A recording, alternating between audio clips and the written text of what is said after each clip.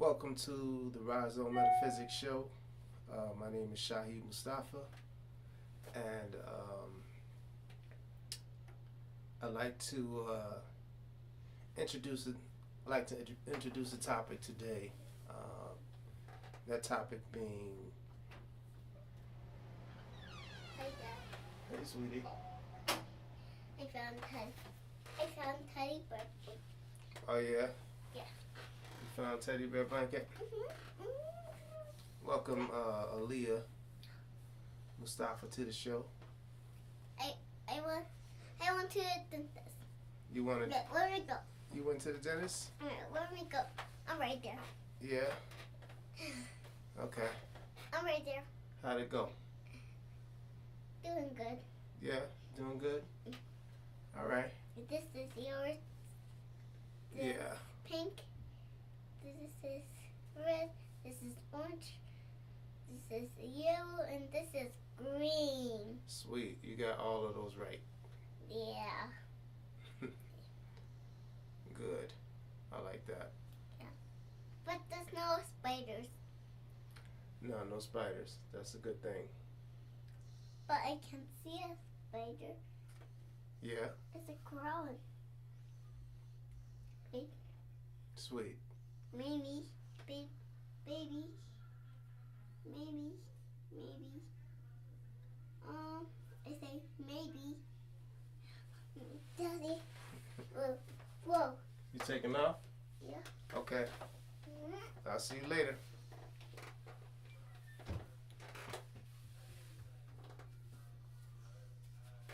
Be right back.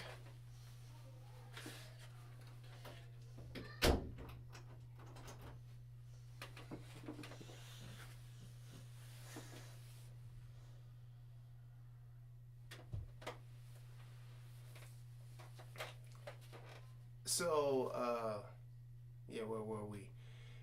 I was going to talk about a topic that is near and dear to my heart, and I'm hoping that it's something that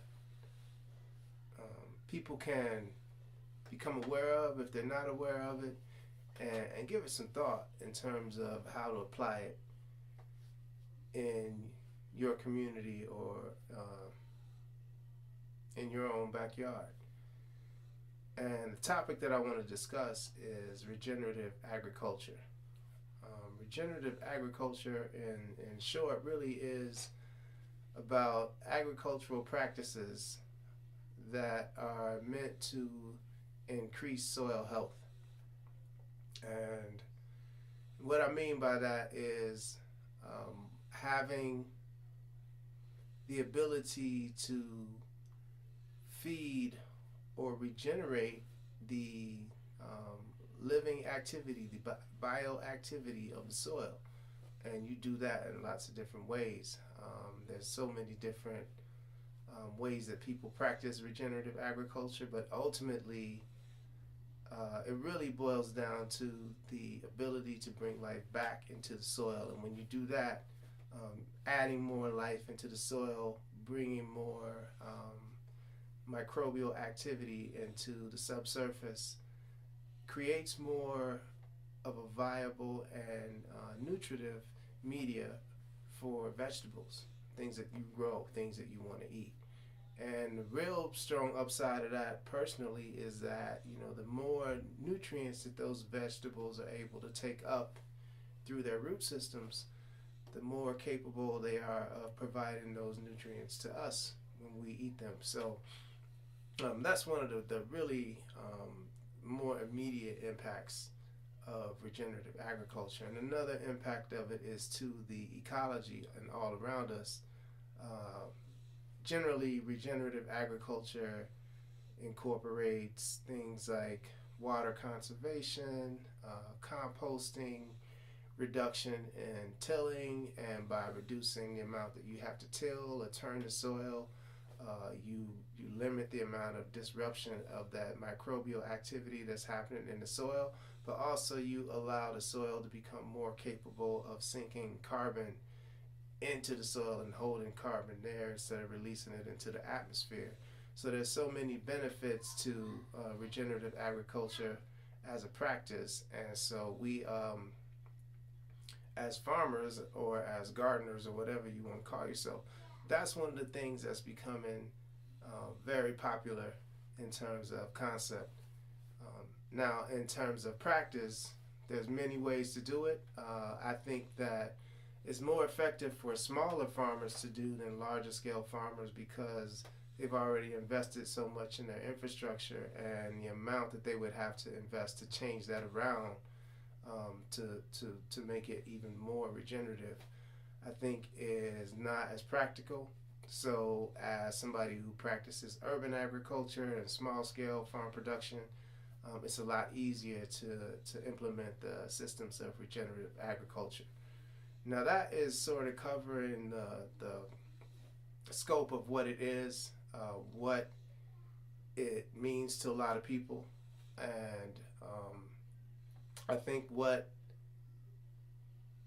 I'd like to talk about is the potential for regenerative agriculture to transform communities. And by that I mean there was an example during World War II where people started to practice or put into practice the concept of local gardening.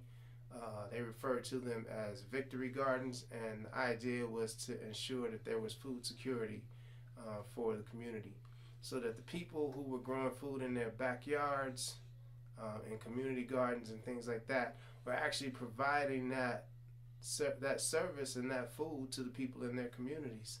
And what I see in a lot of communities is the concept or the construct of what they call food deserts, meaning that people don't have convenient access to healthy food. They might have access to some food, they have plenty of access to fast food.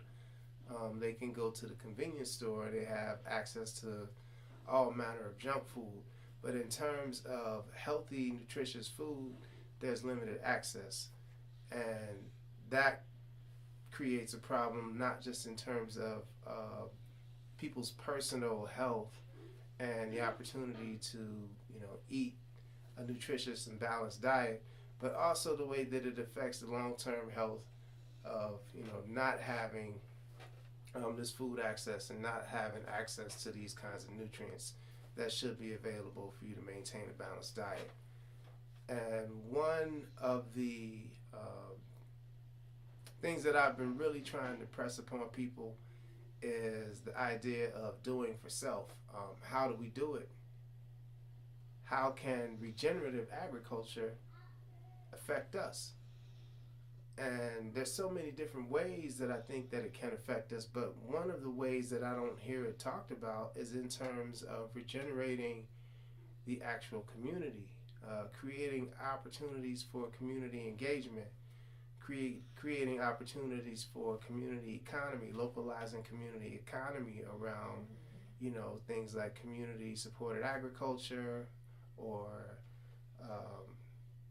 community or localized farmers markets or garden markets, farm stands, things like that. I think that also with people having the opportunity to see these things happening in our communities, it really, especially for young people, reconnects them with the value of earth, of ecology stewardship, making sure that the things that you are doing that contribute to your environment are positive things, so that you are practicing recycling, you're understanding the value of composting, you're understanding the value of conserving water, and those things like that. And I think that's something that can impact everybody, and it's something that we can all practice.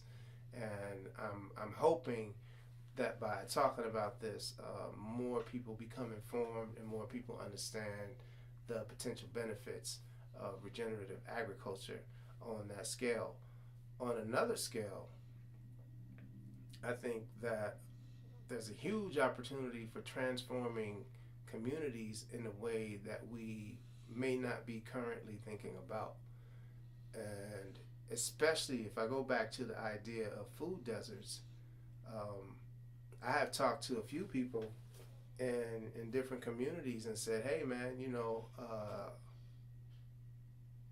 if you guys have a certain amount of stake in this community and a certain identity attached to this community, and if you are saying that this is your set, people are willing to die and kill and go to prison, do life, face the electric chair for the love of their set.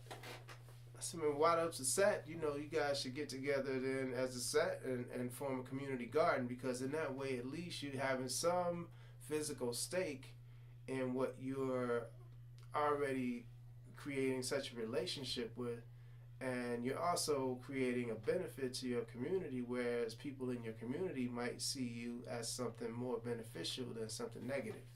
And I'm really inspired by people like Fred Hampton and the free breakfast program that the Black Panthers were doing in Chicago. In fact, that is sort of like the underlying dream of most of my work, is to empower the community to take care of itself and to see how just doing small things allows you a certain amount of autonomy and sovereignty. So this is the kind of stuff that I like to explore, talk about, and try to invite people to understand more and more. There's so much information if you want to look it up. Really, if you just Google regenerative agriculture, there's so much information that you can find teaching the steps and the practices associated with it. One of the things that I like to talk about, because it doesn't necessarily come up if you Google regenerative agriculture, is one of the forefathers in this nation of regenerative agriculture and implementing practices that are more about land and soil conservation, was Dr. George Washington Carver. He did so many amazing things, and he gets so little recognition when it comes to what is called regenerative agriculture, or carbon farming. Those were terms that were particularly coined by certain people, but in terms of practical application, he really was demonstrating that in the early 1900s, and teaching people how to make better use of the land through his practices. So that's something I also wanted to touch on, and I think that is also something that we need to embrace as we bring that back home, bringing back the concept of producing for ourselves, growing food for ourselves, trying to figure out how we can make this all work. So I think on that note, I'm probably going to end this stream. Thanks for everybody who checked in, and thanks for everybody who's checking this out later. Peace out. This is the Rhizome Metaphysics Show.